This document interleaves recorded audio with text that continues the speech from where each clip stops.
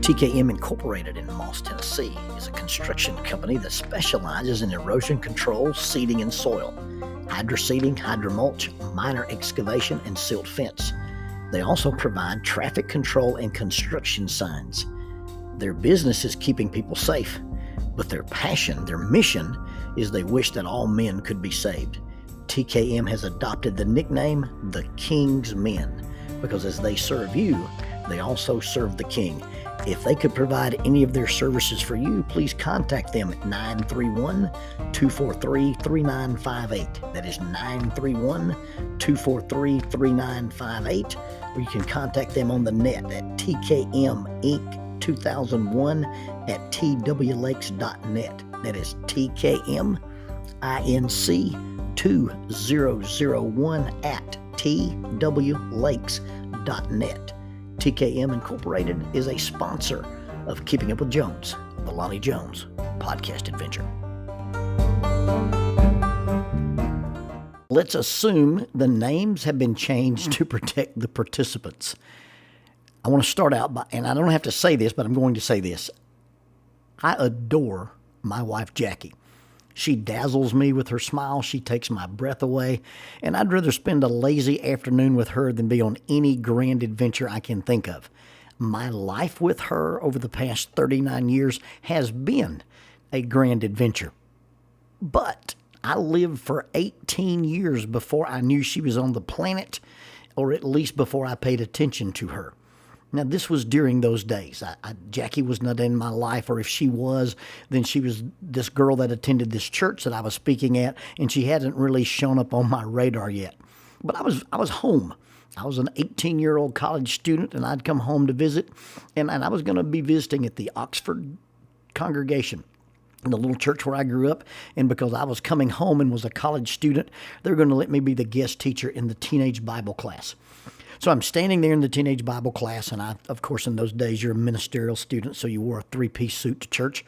And I've come into the class, and I've taken off my jacket and hung it on a hook, and I'm standing there in my shirt sleeves and in a vest, and I'm leaning on the podium, and I'm talking to the students, because I knew these students. I'd grown up with them. They knew me as a youth minister up the road at 25th and Noble, but I'd known the students in this room. I knew their older brothers and sisters, and so they knew who I was, and I'm standing there casually in front of the room getting ready to start my Bible class.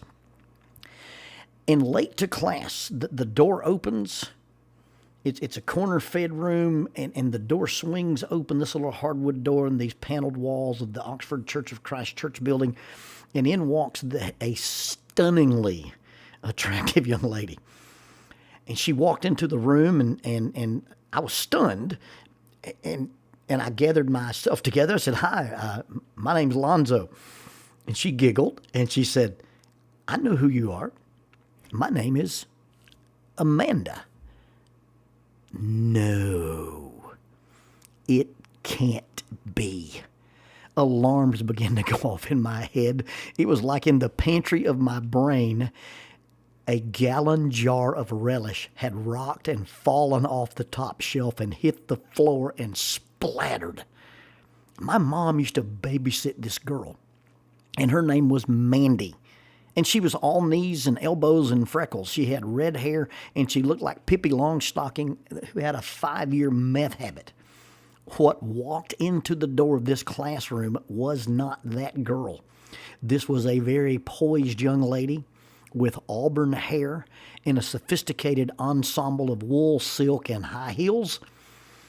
Oh boy, I had some serious repentance to do. Well, after class, I sort of made some kind of reference that seeing as we're old friends and we've known each other since we were kids, why don't we go have lunch together? And so she drove home and I drove home. And then after church, I picked her up at her house and we went to lunch. And after lunch, I went to her house and was visiting and sitting there in the parlor and talking with her family. And her mom encouraged her to show me her fencing stuff. Well, apparently this sophisticated young lady that I had known before by a different name was in some kind of a classical education, and she has a complete set of fencing equipment. She had foils or an epee or a saber. She had the mask that you put on, And so looking at this stuff, and she sort of teasingly said, "Would you like to duel?" Now, these are the days before I knew anything about Inigo Montoya. I did not know that that famous swordsman ever existed. And the only reference I had for fighting with a blade came from Zorro, Zeb McCahan with a Bowie knife, and Obi-Wan Kenobi. So she hands me this little teeny tiny skinny sword called a foil or an epee, and then she gives me this mask that looks kind of like the difference between a gas mask and a beekeeper's mask, but it has this mesh that completely covers your face. Now, what's behind this mask? I could hear my own breathing. And so out of my three options for sword fighting, Zeb McCahan went the way of the world.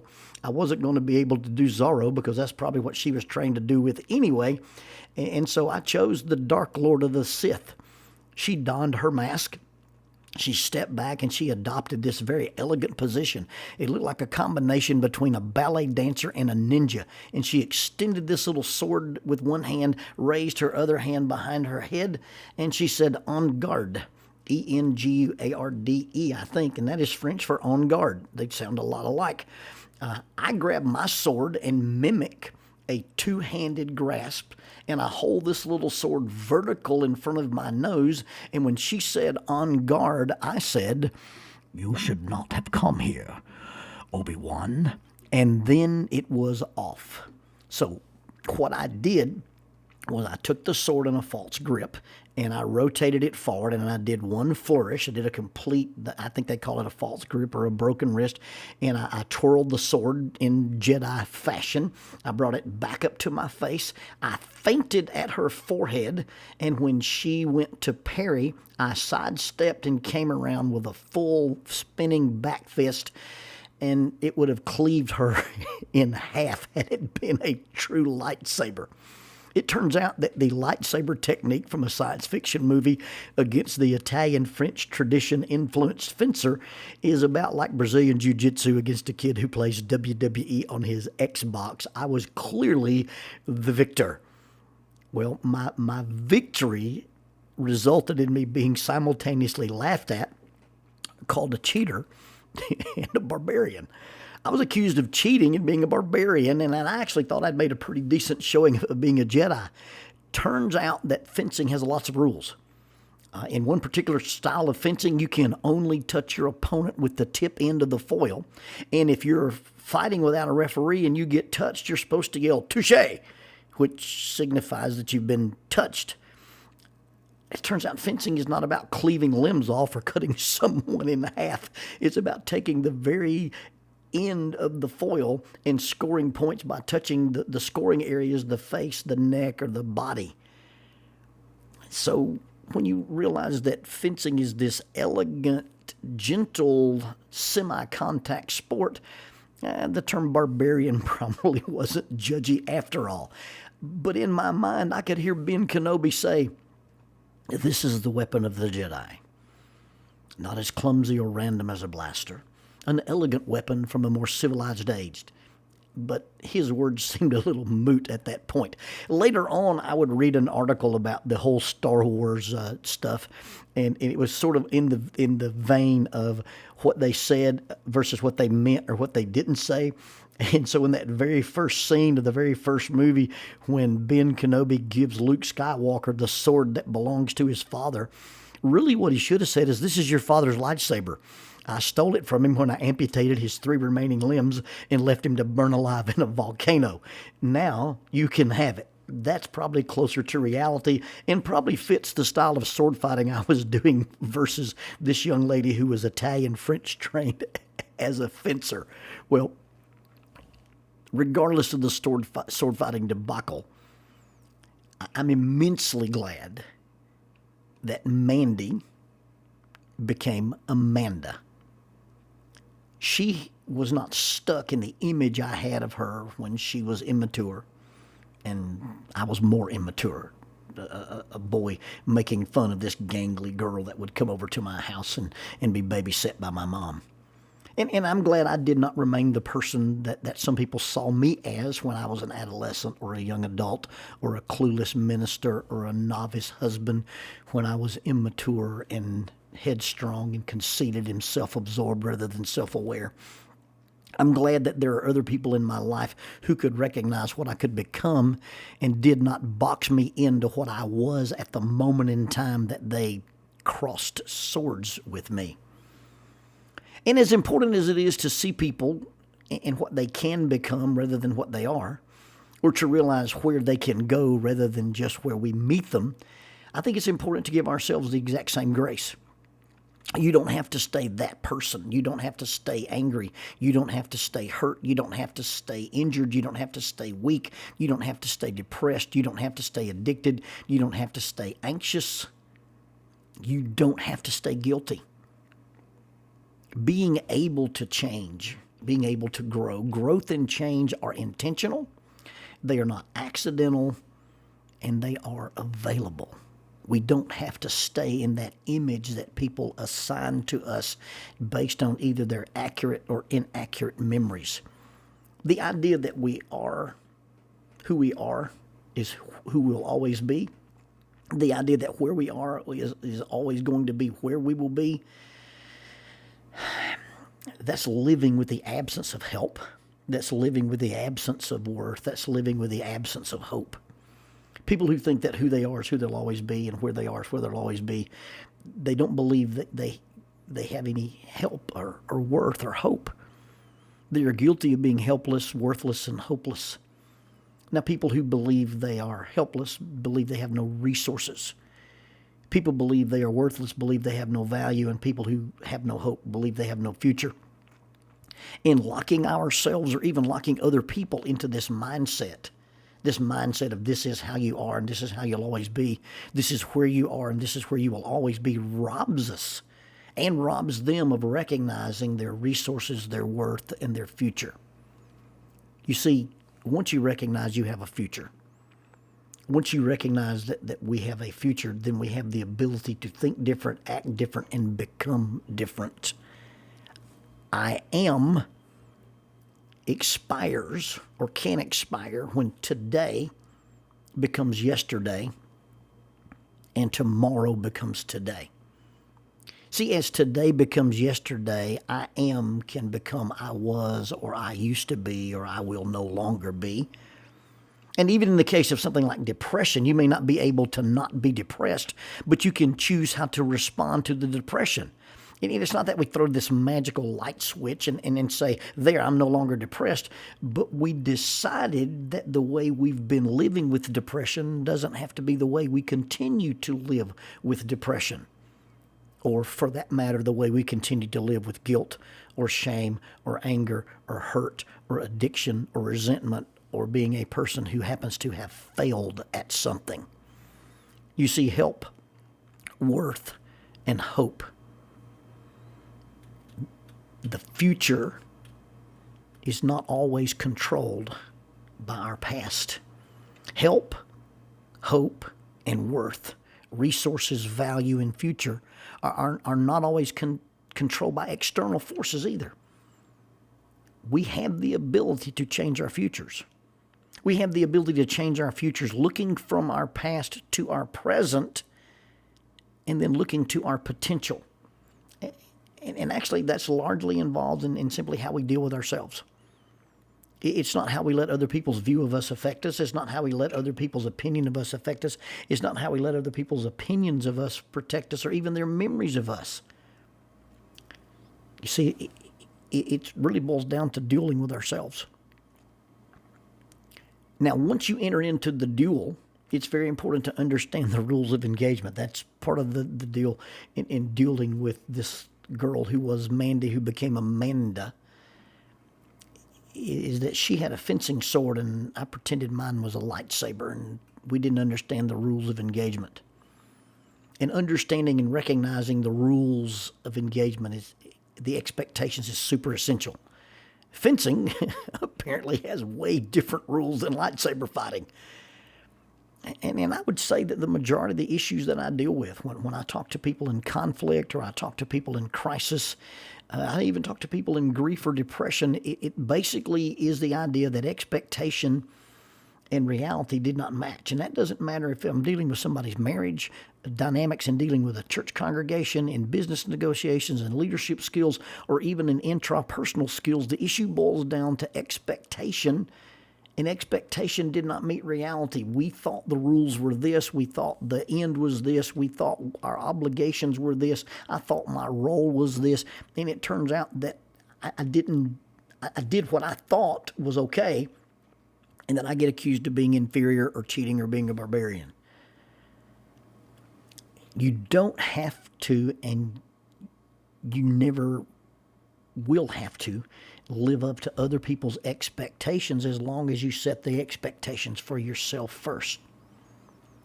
See, you don't have to live up to my own expectations, and what do the rules say?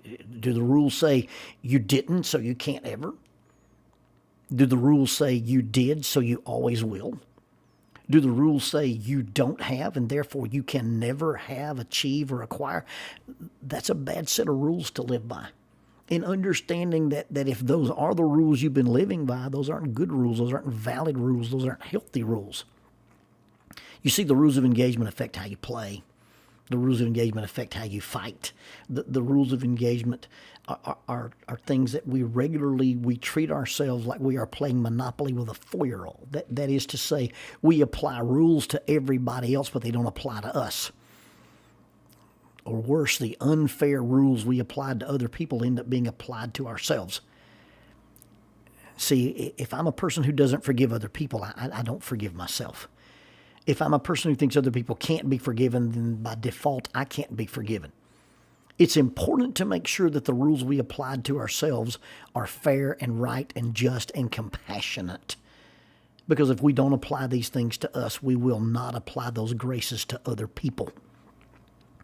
In the end, the assumption that we have a healthy self-rules is contained in this simple philosophy. Treat others as you would like to be treated. Now, if the treatment we apply to others is not the treatment we'd apply to ourselves, then the rules we have are unfair, the rules we have are unjust, and the rules are unhealthy.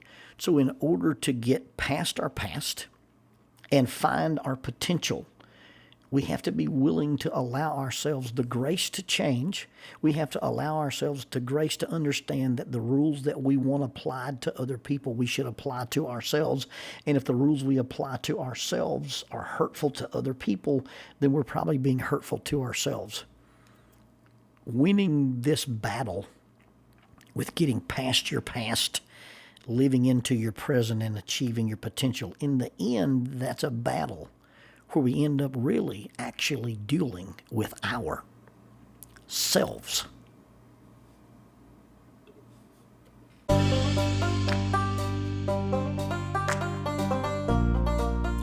Using the tool of shortwave radio, World Christian Broadcasting literally covers the world every day with the gospel. They use 2 large curtain antennas. One is located in Anchor Point, Alaska, and the other in Madagascar. They send out messages that are recorded at their international home in Franklin, Tennessee. They make available 40 hours of broadcast every day. The broadcasts are made in English, Chinese, Russian, Spanish, Portuguese, Korean, English for Africa, and Arabic. They would love for your group to visit them. You can bring your ladies group, your youth group, or your men's group. Just give them a call at 615-371-8707. 615-371-8707, or you can go to worldchristian.org, find the Donate Here button, and make a financial contribution to support this work that literally covers the world every day with the gospel. World Christian Broadcasting, in cooperation with Keeping Up with Jones, the Lonnie Jones podcast adventure.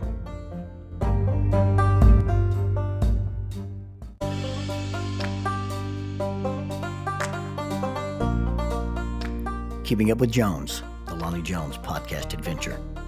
I am your host, Lonnie Jones. My wife Jackie and I moved to the city of Huntsville in 1986 for me to be a youth and family minister. I have been a minister since 1980. I have served in this community as a police chaplain assigned to a SWAT team since 1992. and I've been in private practice as a licensed professional counselor since 1998. I'm also an adventure educator and an avid outdoorsman. I dabble in rock climbing, and I goof around with Brazilian Jiu-Jitsu. Our life has been full of many wonderful experiences, and some just outright adventures. I used to write about those things in a little church bulletin article, so now instead of asking you to read those things, we're just going to talk about them in our podcast. And as we talk about them, we're going to talk about the facts lead to concepts, and the concepts lead to application. One caveat about the facts is, for the most part, we're going to tell you the facts just as they happened. But every now and then, we're going to tell you the way other people have told us they remember it happening, with a little bit of embellishment. It's all good, clean fun and for educational purposes. Thank you for listening, and we hope you enjoy Keeping Up with Jones.